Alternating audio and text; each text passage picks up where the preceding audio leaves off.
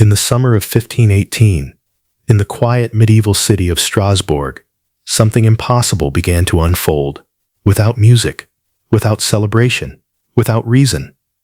A woman stepped into the street and began to dance, not for joy, not for entertainment, but as if her body had been seized by an invisible force.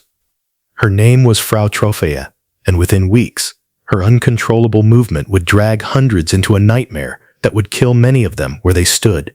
Strasbourg was a city already under immense pressure. Famine had tightened its grip. Disease haunted every household.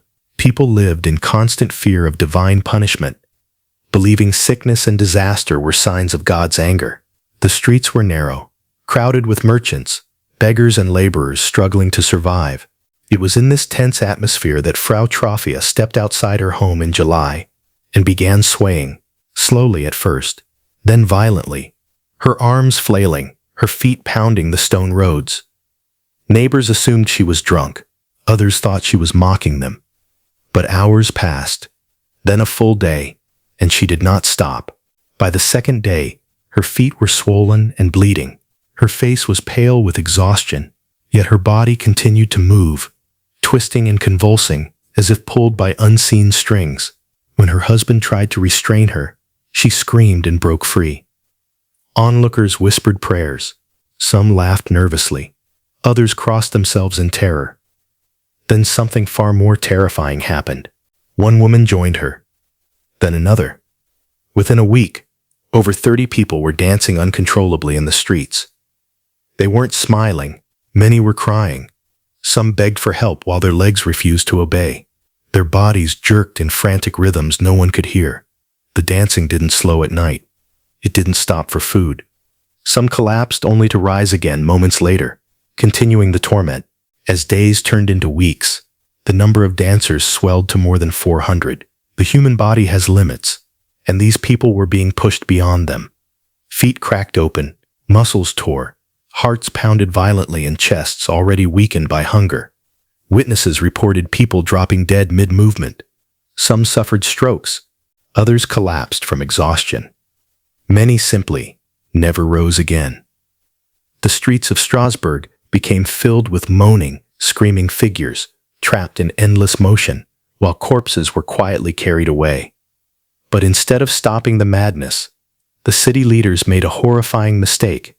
Doctors of the time believed the illness was caused by overheated blood, a condition thought to require movement to cure itself. So the city council ordered musicians to be hired. Wooden stages were built in public squares. Professional dancers were brought in, not to stop the victims, but to encourage them. The sound of drums and flutes filled the air, as exhausted men and women were pushed back into motion. What the officials thought would heal them instead turned Strasbourg into a city-wide execution. More people joined the dance, and more people died. It was no longer a sickness. It was a spectacle of suffering. As deaths mounted, religious leaders stepped in. They claimed the dancers were cursed by Saint Vitus, a figure believed to punish sinners by forcing them into uncontrollable movement. Panic spread through the population. Families dragged loved ones to shrines, begging for forgiveness. People fasted, prayed, and confessed sins they may never have committed. Some dancers were carried to remote chapels and fitted with red shoes, marked with holy symbols, hoping divine intervention would finally break the spell. Slowly, the dancing began to fade, but the damage had already been done. Historians still debate what truly caused the dancing plague.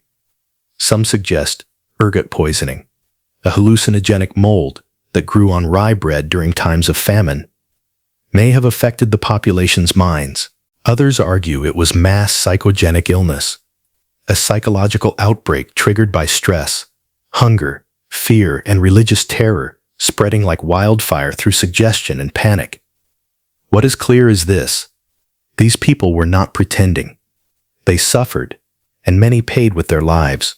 The dancing plague of 1518 remains one of the strangest and darkest episodes in human history.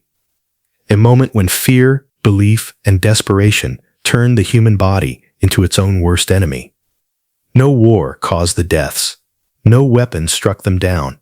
Instead, Invisible forces of the mind and society pushed ordinary people into a fatal nightmare they could not escape. It stands as a grim reminder that sometimes history's most terrifying disasters don't come from monsters or armies. They come from within us,